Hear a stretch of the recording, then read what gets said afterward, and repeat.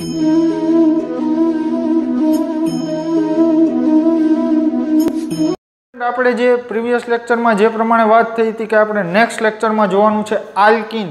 તો આજે છે એ આપણે આલ્કીનની બનાવટ છે એ જોવાની છે. આજે બેઝિકલી જે ઘણું બધું છે એ તમને કન્ટેન્ટ મળશે અને બહુ મજા આવે એવી વાત છે. તો સમજો, સૌથી પહેલાં તો આલ્કાઇનના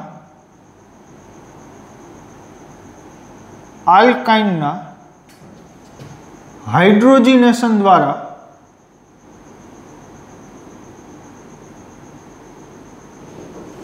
આલ્કીનની બનાવટ. ઓકે, હવે હાઇડ્રોજનેશન એટલે એક પ્રકારનું છે રિડક્શન જ છે.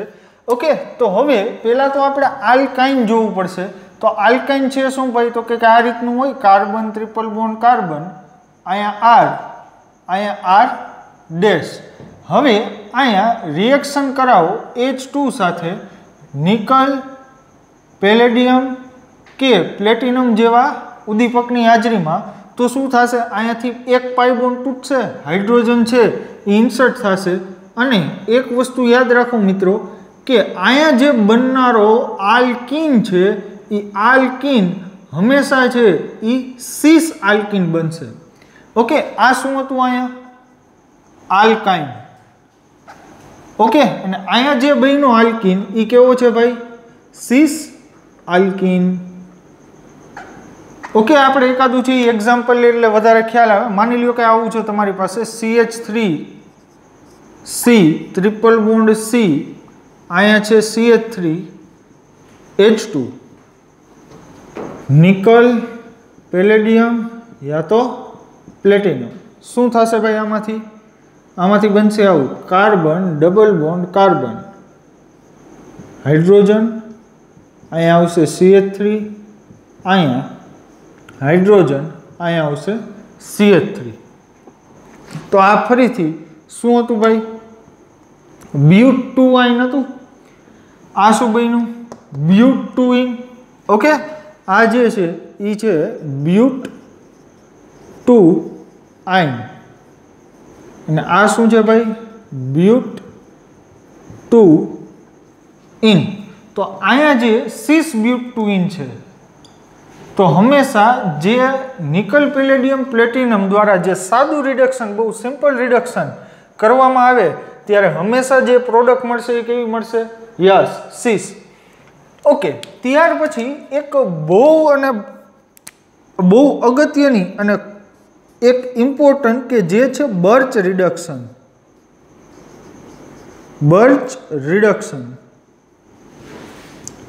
ઓકે, હવે જે બર્ચ રિડક્શન છે એમાં પ્રક્રિયકો કયા હશે? તો કે પ્રક્રિયકો તરીકે હશે અહીંયા સોડિયમ અને લિક્વિડ એમોનિયા. બીજી એક વાત કરીએ તો સમઘટકોમાં હંમેશા ટ્રાન્સ આલ્કીન મળશે. હંમેશા જે મળશે એ ટ્રાન્સ આલ્કીન મળશે. બીજી વાત કે અહીંયા ખાલી સોડિયમ નહીં, પરંતુ પ્રક્રિયક તરીકે અહીં સોડિયમ હોઈ શકે, લિથિયમ હોઈ શકે, મેગ્નેશિયમ હોઈ શકે, ઓકે, ઝિંક પણ હોઈ શકે, આયર્ન પણ હોઈ શકે, અહીંયા કોઈ પણ હોઈ શકે, બટ જનરલી છે એ સોડિયમ લેવામાં આવે છે. ઓકે, તો જોઈએ હવે શું છે આખી મેટર. ખાસ બધાની નજર છે એ સ્ક્રીન ઉપર. બહુ અગત્યની વાત છે એ સ્ટાર્ટ કરું છું, તો ધ્યાન આપજો. માની લ્યો કે તમારી પાસે છે ને એક આવો આલ્કાઇન છે. ખાસ ધ્યાન આપજો.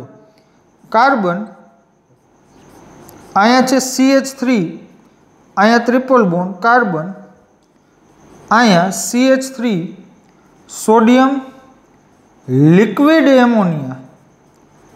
એટલે આમાંથી જે બનશે આલ્કીન એ બનશે આવો, કાર્બન ડબલ બોન્ડ કાર્બન, અહીંયા હાઇડ્રોજન, અહીંયા CH3, અહીંયા CH3 અને અહીંયા હાઇડ્રોજન. ઓકે, એટલે અહીંયા જે પ્રોડક્ટ મળે છે એ ટ્રાન્સ બ્યુટ-2-ઇન મળશે. તો હવે પ્રશ્ન થાય કે આનું કંઈ તમારી પાસે સાબિતી? યસ છે, પ્રૂફ. જો મિકેનિઝમ આખી ધ્યાનથી સમજજો. ઓકે, તો સૌથી પહેલા તો મિત્રો તમને એ ખ્યાલ હોવી જોઈએ કે સોડિયમ જે છે એની બાહ્યતમ કક્ષામાં એક ઇલેક્ટ્રોન હોય એટલે સોડિયમ હંમેશા સ્ટેબલ રહેશે, એને પ્લસમાં અને એક ઇલેક્ટ્રોન ગુમાવશે. આ એનું પહેલું અને બહુ બેઝિક સ્ટેપ. હવે નેક્સ્ટ સ્ટેપમાં શું થશે ભાઈ, તો કે તમારી પાસે શું છે અહીંયા આલ્કાઇન, રાઈટ, આલ્કાઇન. હવે આ પાઈ બોન્ડ જે છે એ ઉઠીને જે આ કાર્બન ઉપર આવે. હવે એના પરિણામે શું થાય, ધ્યાન આપજો, અહીંયા કાર્બન, અહીંયા શું છે CH3, અહીંયા ડબલ બોન્ડ, અહીં કાર્બન, અહીંયા CH3. હવે જે આ વચ્ચેનો કાર્બન છે એની ઉપર આવશે અહીંયા નેગેટિવ ચાર્જ, અહીંયા આવશે હવે પોઝિટિવ ચાર્જ. નેક્સ્ટ સ્ટેપમાં શું થશે જોજો, હવે રોલ આવશે એ સોડિયમનો રોલ આવશે. ધ્યાનથી સમજજો, એક એક સ્ટેપ છે એ તમને વ્યવસ્થિત છે એ દર્શાવું છું. આ કાર્બન, હવે મેં તમને આની પહેલાં પણ ઘણી બધી વખત કીધેલું છે કે એક નેગેટિવ ચાર્જ એટલે 2 ઇલેક્ટ્રોન ને 2 ઇલેક્ટ્રોન એટલે એક લોન પેર. ઓકે, તો હવે અહીંયા છે આ કાર્બન ઉપર આ નેગેટિવ ચાર્જ, અત્યારે એક કામ કરી એઝ ઇટ ઇઝ રાખીએ, અહીં ડબલ બોન્ડ, અહીંયા કાર્બન, હવે અહીં CH3. ધ્યાન આપો, હવે આ ઇલેક્ટ્રોનને ધ્યાનમાં લ્યો જી ભાઈ. હવે એ ઇલેક્ટ્રોન છે અહીંયા પોઝિટિવ ચાર્જ છે એટલે કે ઇલેક્ટ્રોન અને પોઝિટિવ ચાર્જ વચ્ચે શું થાય, યસ, આકર્ષણ. તો હવે એક ઇલેક્ટ્રોન કે જે મુક્ત મૂલક સ્વરૂપે ફ્રી રેડિકલ ફોર્મમાં આ કાર્બન ઉપર આવશે.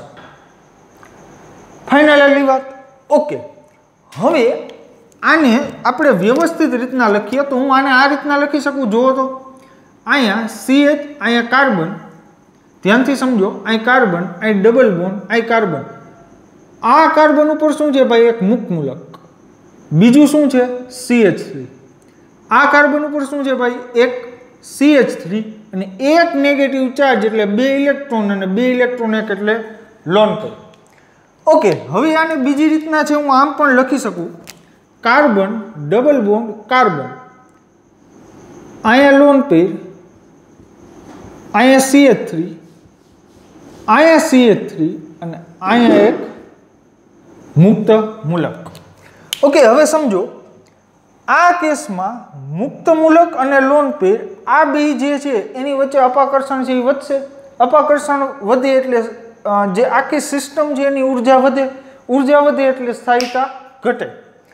તો હવે પ્રશ્ન એ કે આમાંથી આ સાચું કે આ, તો સિમ્પલ વાત છે કે આ જ હોય, કારણ કે અહીંયા છે આ લોન પેર અને આ જે એક મુક્ત મૂલક છે એની વચ્ચેનું અંતર વધી જાય એટલે સ્થાયિતા વધી જશે. હવેના નેક્સ્ટ સ્ટેપમાં શું થશે, તો કે હવેના નેક્સ્ટ સ્ટેપમાં છે અહીંયા કાર્બન, અહીંયા CH3, અહીંયા લોન પેર. એટલે એક કામ કરું, હવે લોન પેર નથી દર્શાવતું, અહીંયા દર્શાવું છું negative charge, double bond, carbon, અહીંયા જે મુક્ત મૂલક છે ને એને એમ નામ રાખું, અહીંયા CH3 ને એમ નામ રાખું. આપણે આ કન્સિડર કરવાનું છે, નહીં કે આ. ઓકે, વાત સમજાણી. હવે શું થશે ભાઈ, જો હવે તમારી પાસે અહીંયા સાથે સોડિયમ સાથે શું લીધેલું છે, લિક્વિડ એમોનિયા. તો હવે અહીંયા નાઇટ્રોજન, અહીંયા કેટલા હાઇડ્રોજન છે, 3 હાઇડ્રોજન. હવે હાઇડ્રોજન કરતાં નાઇટ્રોજનની વિદ્યુત ઋણતા છે એ વધારે હોય. ઓકે, તો સમજો અહીંયા નાઇટ્રોજન પાસે એક લોન પેર છે, નાઇટ્રોજન આંશિક ઋણ હોય, આ આંશિક ધન હોય. તો હવે એના પરિણામે શું થાય ભાઈ, તો કે અહીંયાથી આ નેગેટિવ ચાર્જ છે એ અહીંયાથી હાઇડ્રોજનને ખેંચે. ઓકે, એક પ્રોટોનને જે પોતાની તરફ ખેંચે. હવે એના પરિણામે શું થાય, ખાસ ધ્યાનથી જોજો, અહીં કાર્બન, અહીંયા શું હતું CH3, આ એક નેગેટિવ ચાર્જ અને અહીંયા હાઇડ્રોજનને જો ખેંચી લઈએ એટલે અહીં કાર્બન હાઇડ્રોજન બોન્ડ બની જાય. ઓકે, મેં તમને કીધું હતું કે એક માઇનસ અને એક પ્લસ આ બે ભેગા થઈને એક બોન્ડ બનાવે. ઓકે, તો અહીંયાથી H પ્લસ નીકળે, કાર્બન ઉપર ઓલરેડી નેગેટિવ ચાર્જ છે જ. ઓકે, તો અહીંયા કાર્બન હાઇડ્રોજન છે એ બોન્ડ બની જશે. હવે અહીંયા ડબલ બોન્ડ, કાર્બન, અહીંયા શું છે ભાઈ, એક સોરી અહીંયા છે CH3, અહીંયા શું છે એક મુક્ત મૂલક. ઓકે, હવે આની એક ઇલેક્ટ્રોન મળી જાય એટલે હવે પાછો શું બની જશે, નેગેટિવ ચાર્જ. તો આપણી પાસે સોડિયમ તો પડેલા જ છે. ઓકે, તો હવે નેક્સ્ટ સ્ટેપમાં જોજો, કાર્બન, ડબલ બોન્ડ કાર્બન, અહીંયા હાઇડ્રોજન, અહીંયા છે CH3 અહીંયા પણ છે CH3 હવે એક ઇલેક્ટ્રોન ફરીથી સોડિયમ દાન કરે એટલે હવે અહીંયા બની ગઈ લોન પેર એટલે કે 2 ઇલેક્ટ્રોન એટલે હવે આ કાર્બન ઉપર છે એ ફરીથી આવશે નેગેટિવ ચાર્જ અને હવે મેઇન આપણો હીરો છે એ એન્ટર થશે કે જે છે એમોનિયા ઓકે NH3 હવે ફરીથી અહીંયાથી શું થાય હાઇડ્રોજન છે એ અહીંયાથી નેગેટિવ ચાર્જ છે એબ્સ્ટ્રેક્ટ કરે એટલે અહીંયા કાર્બન હાઇડ્રોજન બોન્ડ બને કાર્બન હાઇડ્રોજન બોન્ડ બને એના પરિણામે કાર્બન ડબલ બોન્ડ કાર્બન અહીંયા હાઇડ્રોજન અહીંયા CH3 અહીંયા CH3 એમ નામ અને અહીંયા હાઇડ્રોજન તો આ જે છે તમારી ટ્રાન્સ પ્રોડક્ટ મળી ગઈ મિત્રો સિસ પ્રોડક્ટ પણ મળે પણ એ બહુ ઓછી અમાઉન્ટમાં મળે બટ મેજર પ્રોડક્ટ છે એ ટ્રાન્સ છે હવે તો કે તમને અહીંયાથી ક્યાંયથી કન્ક્લુઝન નીકળ્યું ભાઈ કે ટ્રાન્સ જ શું કામ બન્યું કન્ક્લુઝન અહીંયાથી આવ્યું કે અહીંયા બંને વચ્ચે છે એ અપાકર્ષણ થયું ને એ અપાકર્ષણના કારણે છે એને પ્લેન છે એ ચેન્જ કરી નાખ્યું ભૌમિતિક સમઘટકોની જેમ એના પરિણામે હવે અહીંયા અપાકર્ષણ છે એ ઓછું થશે અને અહીંયા અપાકર્ષણ ઓછું થાય એટલે હવે અહીંયા નેગેટિવ ચાર્જ એકવાર બનશે અને અહીંયા નેગેટિવ ચાર્જ બનશે એટલે કે ફરજિયાત એક હાઇડ્રોજનને અહીંયા અને એક હાઇડ્રોજનને છે એ અહીંયા જોડાવવું પડશે વાત સમજાણી એટલા જ માટે જે આ બર્ચ રિડક્શન છે એમાં તમને હંમેશા જે પ્રોડક્ટ મળશે એ ટ્રાન્સ જ મળશે ડન ઓકે હાલો તો આ વાત કરી આપણે બર્ચ રિડક્શનની બર્ચ રિડક્શન દ્વારા આલ્કીન ઓકે તો હવે આલ્કીનની પહેલી આપણે જે પ્રિપેરેશન જોઈ એ પ્રિપેરેશન સાદા હાઇડ્રોજનેશનથી જોઈ ઉદ્દીપકીય હાઇડ્રોજનેશન ત્યારબાદ જોઈએ આપણે બર્ચ રિડક્શન દ્વારા ઓકે હવે બીજી વાત કે આપણે હજી પણ ઘણી બધી રીતે છે એ આલ્કીન છે એને બનાવી શકીએ તો જો ધ્યાન આપો હવે આપણે જોઈ આલ્કાઇલ હેલાઇડ સંયોજનોમાંથી ઓકે શું ભાઈ આપણે શું જોઈ છે alkene alkyl halide preparation of alkene from RX alkyl halide okay હવે શું છે આખી મેટર ધ્યાનથી જોજો બહુ અગત્યની વાત છે અહીંયા કાર્બન અહીંયા 3 હાઇડ્રોજન અહીંયા કાર્બન અહીંયા હાઇડ્રોજન અને અહીંયા છે એક હેલોજન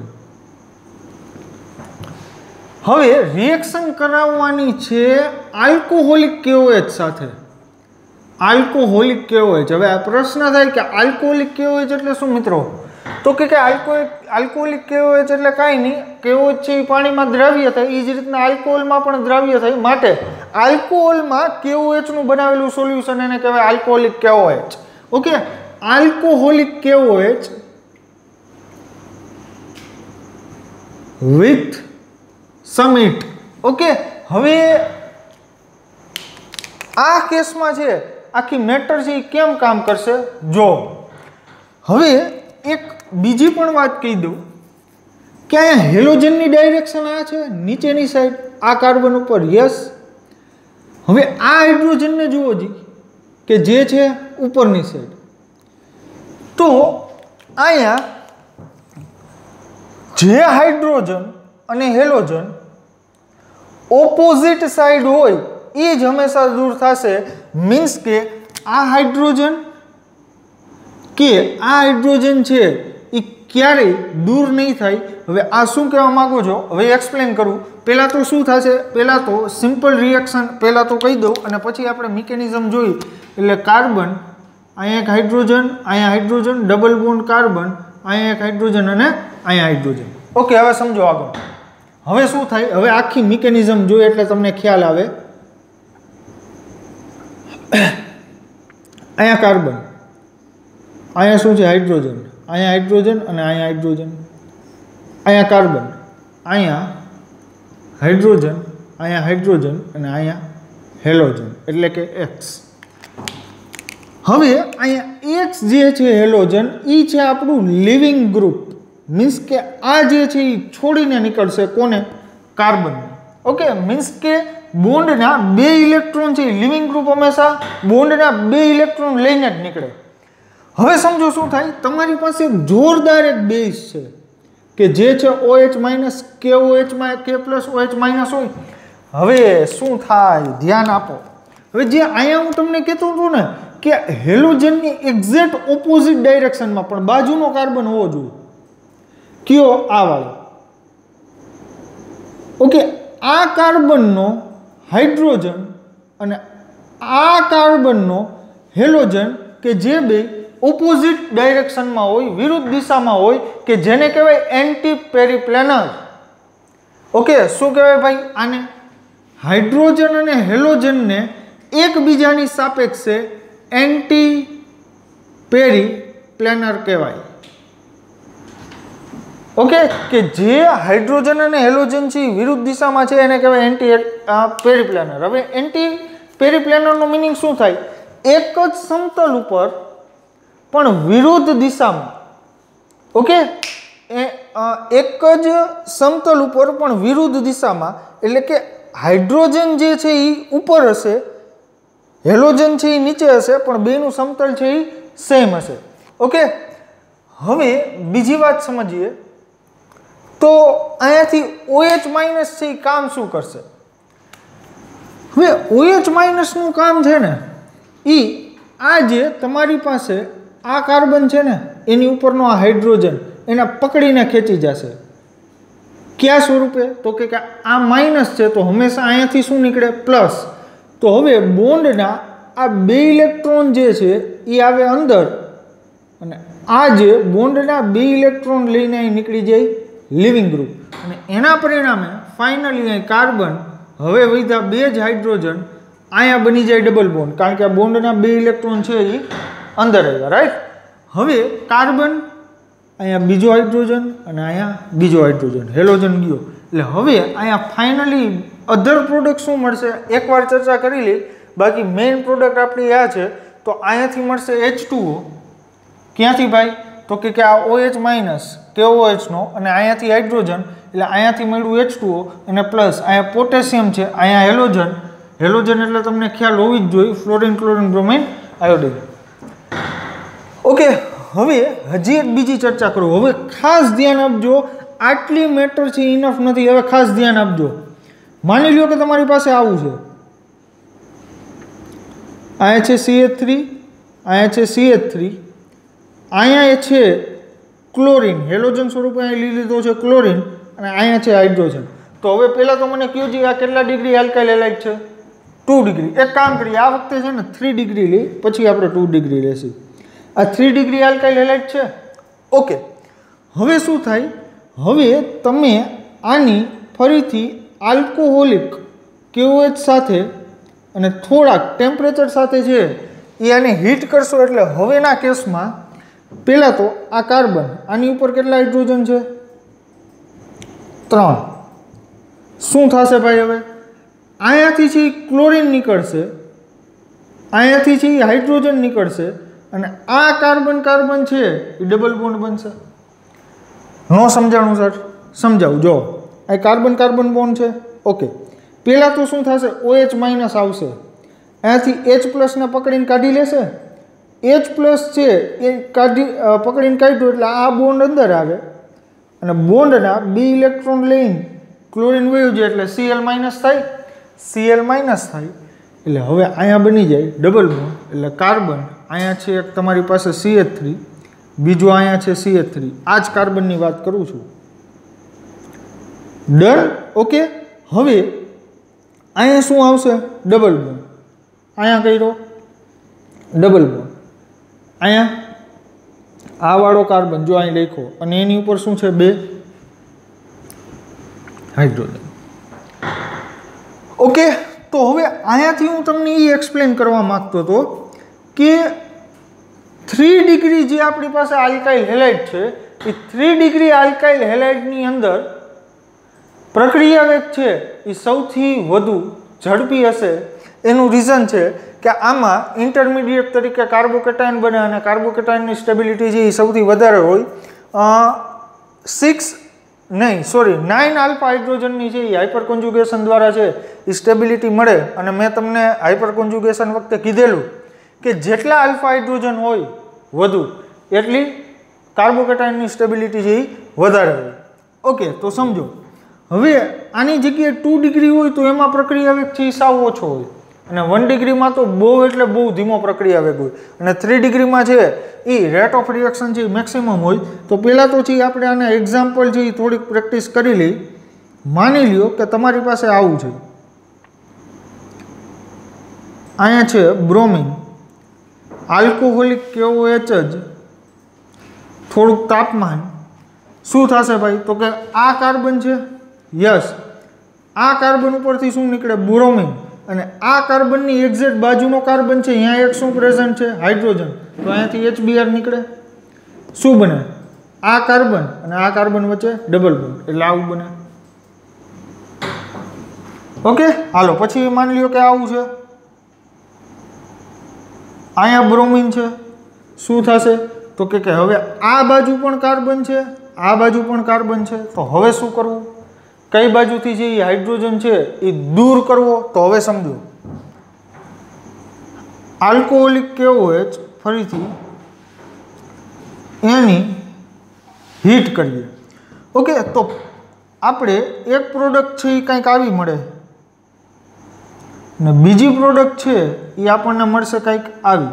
તો હવે આમાં તો એકવાર આ કાર્બન ઉપરથી હાઇડ્રોજન દૂર કર્યો એટલે અહીંયા ડબલ બોન્ડ, એકવાર આ કાર્બન ઉપરથી હાઇડ્રોજન દૂર કર્યો આમાં ડબલ બોન્ડ. તો આમાં સાચી પ્રોડક્ટ માનવી કઈ?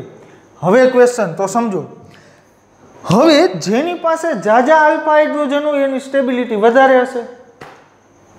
જોજી આમાં કેટલા આલ્ફા હાઇડ્રોજન છે?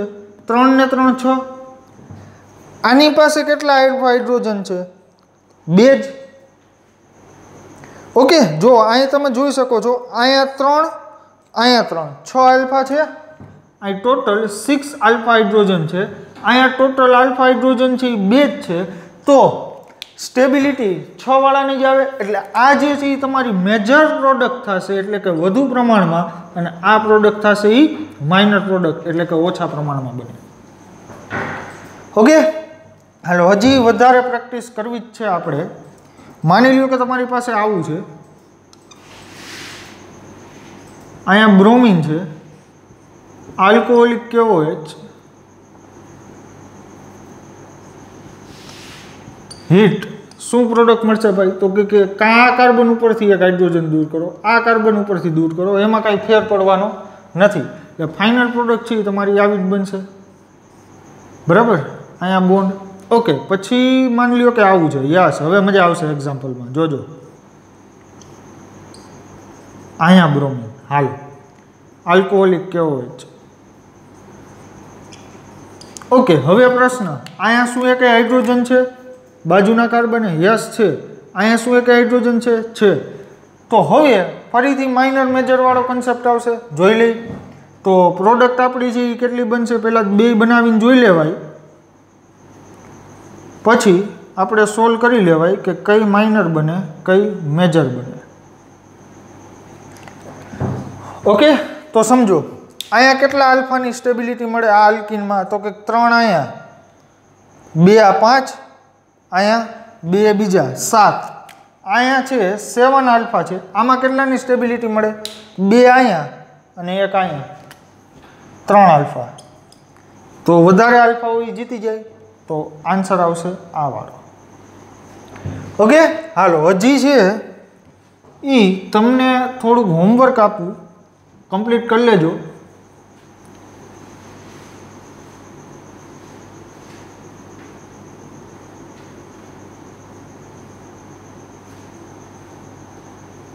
હવે અહીંયા ફિનાઇલ,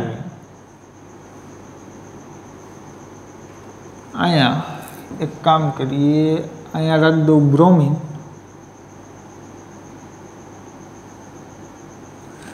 બ્રોમિન પાસે છે એ 2 ઓપ્શન હોવા જોઈએ ને. તો કામ કરો, અહીંયા કાર્બન, એની પાસે અહીંયા રાખી દઉં. તો આપણે એક સિમ્પલ એક્ઝામ્પલ જ લઈ.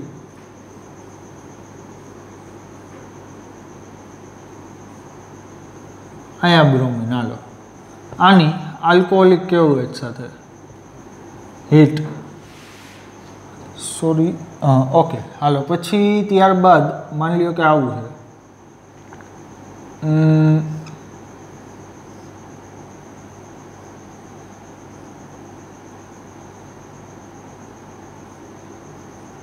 અહીંયા રાખું છું બ્રોમિન આલ્કોહોલિક KOH. હજી એક એક્ઝામ્પલ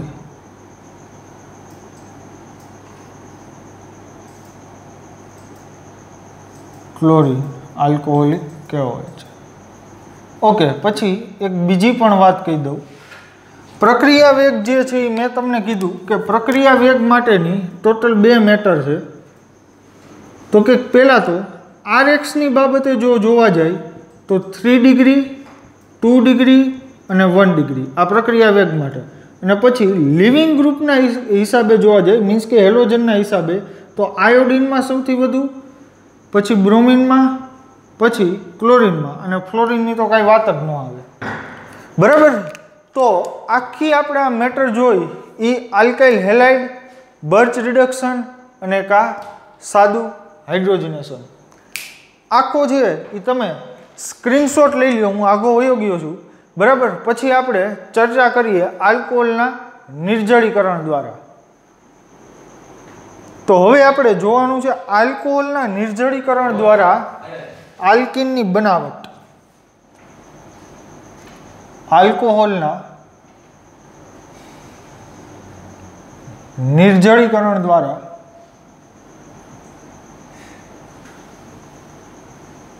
આલ્કીનની બનાવટ.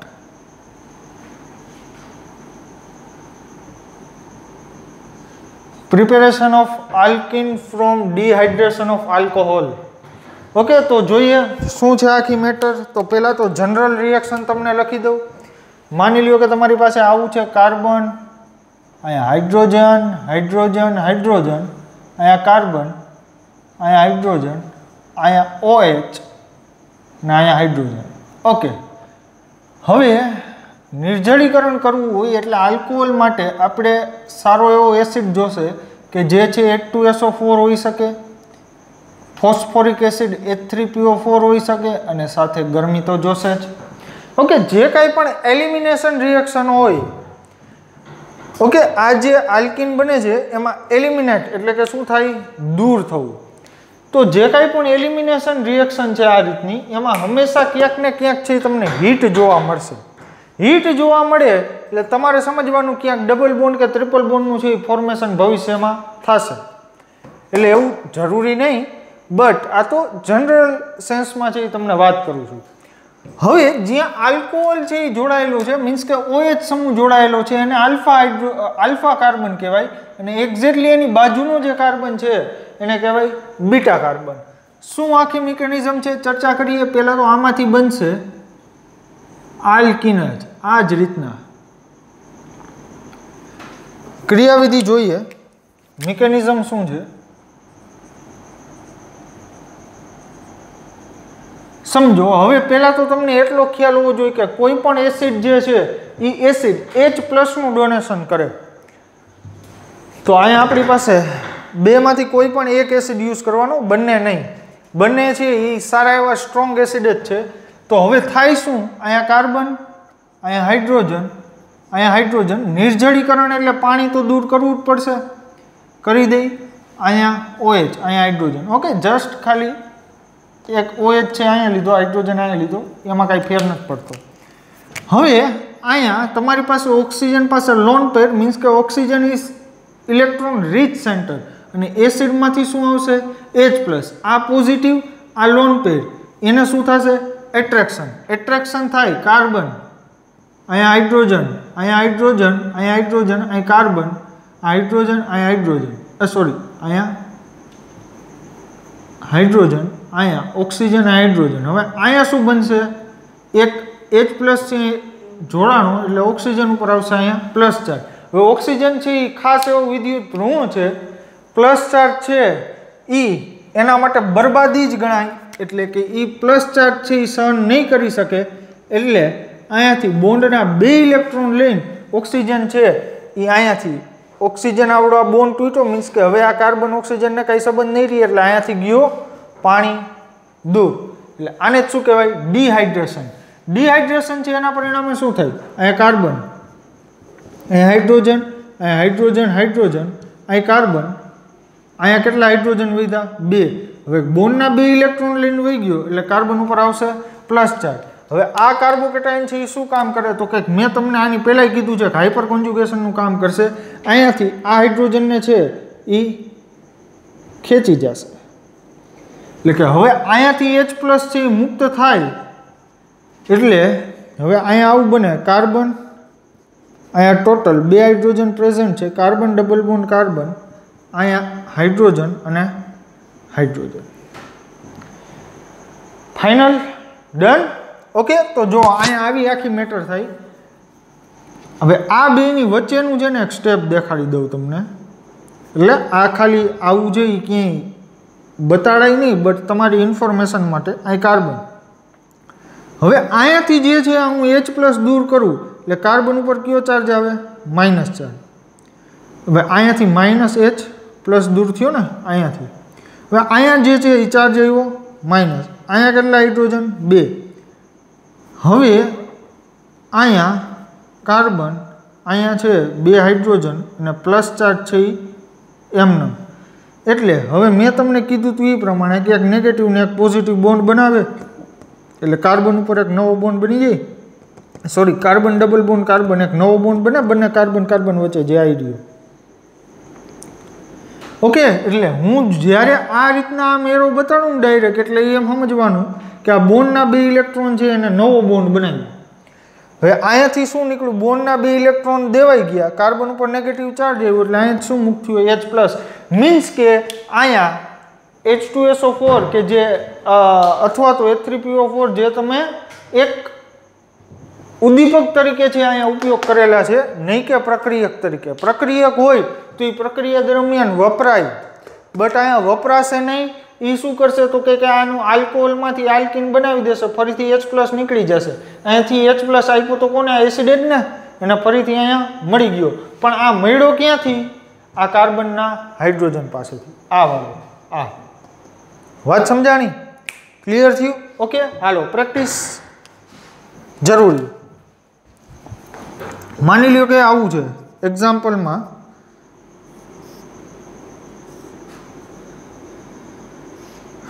હવે તો માસ્ટરી આવી જ ગઈ હોવી જોઈએ. ઓકે, ઓના જેવું જ છે. માં ખાલી શું હતું ભાઈ? હેલોજન. અહીંયા શું છે? OH. બીજું કાંઈ તમારે છે એ નવું કરવાનું નથી. અહીં એસિડિક મીડિયા તરીકે તમારે H2SO4 કે H3PO4 છે એ રાખી દેવાનું. હવે સિમ્પલ, અહીંથી OH નીકળે, કાં હાઇડ્રોજન, આ પણ બીટા કાર્બન છે, આ પણ બીટા કાર્બન છે. બેમાંથી કોઈ પણ એક જગ્યાએથી તમે રાજી છે હાઇડ્રોજન કાઢી નાખો, ડબલ બોન્ડ બનાવી દો, વાર્તા પૂરી.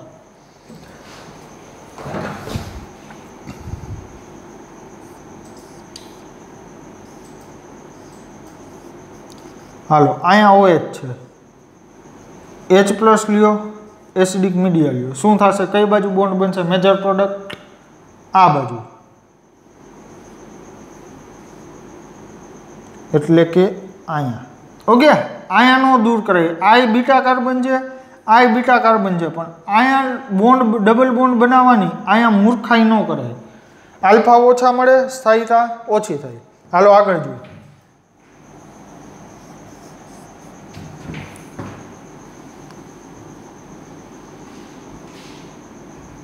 હાલો, એક OH અહીંયા છે, એક OH અહીંયા છે, એસિડિક મીડિયા છે.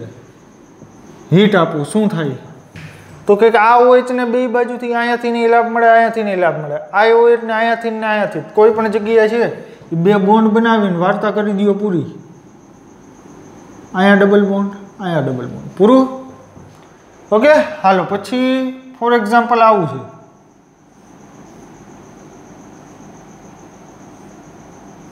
અહીંયા OH, બોલો, એસિડિક મીડિયા, અહીંયા હીટ છે, બોલો શું થાય? અરે યાર, કાંઈ ન થાય, કારણ કે અહીંયા જોવો જી, અહીંયા આલ્ફા કાર્બન થયો, આ બીટા કાર્બન, તો બીટા કાર્બન ઉપર H2O અહીંયા દૂર થવા માટે અહીંયા જો અહીંયાથી શું દૂર થયું? આ આખું H2O દૂર થયું. તો H2O દૂર થવા માટે અહીંયા એક હાઇડ્રોજન જ નથી. હાઇડ્રોજન તો જોઈએ ને, એટલે આ પ્રક્રિયા થશે નહીં.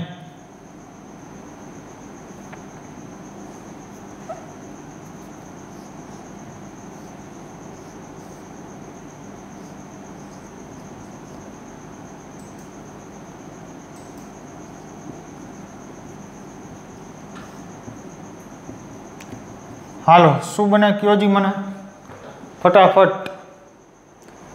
જો જી આનો બીટા આ ગણીએ, આનો બીટા આ ગણીએ, આનો બીટા છે એ આ ગણીએ, તો શું થાય?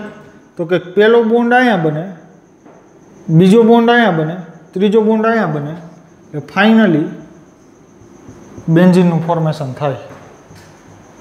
રેડી? આ one type of elimination reaction. તો આ આપણે જે છે એ વાત કરી આલ્કોહોલના નિર્જરીકરણ દ્વારા આલ્કીનની બનાવટ. હવે ત્યાર પછી આ વ્યવસ્થિત પહેલા સ્ક્રીનશોટ લઈ લ્યો. હવે જોઈ વિસિનલ ડાયહેલાઇડમાંથી વિસિનલ ડાયહેલાઇડમાંથી મજા આવે છે ને મિત્રો? ઓકે, તો જો હવે વિસિનલ ડાયહેલાઇડ છે એ કહેવાય કોને સમજો. વિસિનલ ડાયહેલાઇડ જે છે આ માની લ્યો કે આવી રીતના તમારી પાસે બે કાર્બન છે. હવે બંને કાર્બનમાં જો એક્ઝેક્ટ બાજુના કાર્બન હોય અને જો એની ઉપર બાજુના બંને કાર્બન ઉપર જો હેલોજન જોડાયેલા હોય તો આને પોઝિશન કહેવાય વિસિનલ. ઓકે, આ કાર્બન એ બે એક જ બોન્ડથી જોડાયેલા હોવા જોઈએ અને એ બંને કાર્બન ઉપર ડાયરેક્ટ હેલોજન જોડાયેલા હોય તો આને શું કહેવાય ભાઈ? Vicinal dihalide. ઓકે, શું થશે જોઈએ. CH2 સિંગલ બોન્ડ અહીંયા CH2, માની લ્યો કે એક બ્રોમિન અહીંયા છે, એક બ્રોમિન અહીંયા છે. હવે આની પ્રક્રિયા તમારે કરાવવાની ઝિંક સાથે. ઓકે, આની પ્રક્રિયા છે એ તમારે ઝિંક સાથે કરાવવાની રહેશે. હવે તમે તો મારા કરતાં પણ વધારે જાણકાર છો જ, એમાં ના નહીં. અહીંયા ઝિંક, અહીંયા પહેલો બ્રોમિન, અહીં બીજો બ્રોમિન, ZnBr2 છૂટું પડે. અહીંયા શું બની જાય? Double bond. પૂરી વાર્તા. CH2 double bond CH2 plus ZnBr2, that's all. Okay, માની લ્યો કે તમારી પાસે આવું હોય, એક બ્રોમિન અહીંયા, બીજો બ્રોમિન અહીંયા. ઝિંકની સાથે જો તમને રિએક્શન ફરમાવવાની કહે તો શું થાય? આવું બને. ઓકે, હાલો પછી હાલો હવે છે ઇરેસ કરું છું થોડુંક.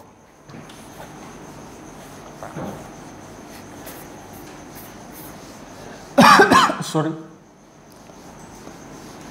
હવે આગળ છે એ થોડાક એક્ઝામ્પલ જોઈ પછી આપણો આ સેશન છે એનો અંત લાવીએ. માની લ્યો કે આવું છે,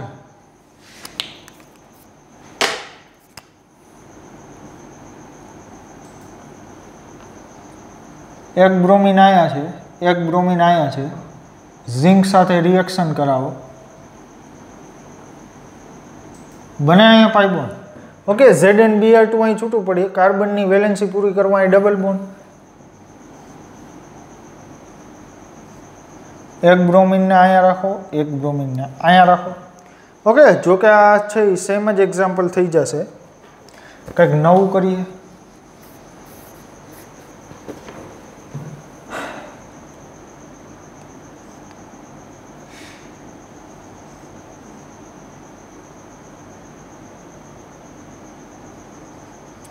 એક બ્રોમિનને અહીંયા, એક બ્રોમિનને અહીંયા, એક બ્રોમિનને અહીંયા, એક બ્રોમિનને અહીંયા. ઓકે, હવે 2 મોલ છે એ આપણે ઝિંક લઈ લઈએ. શું થાય મિત્રો?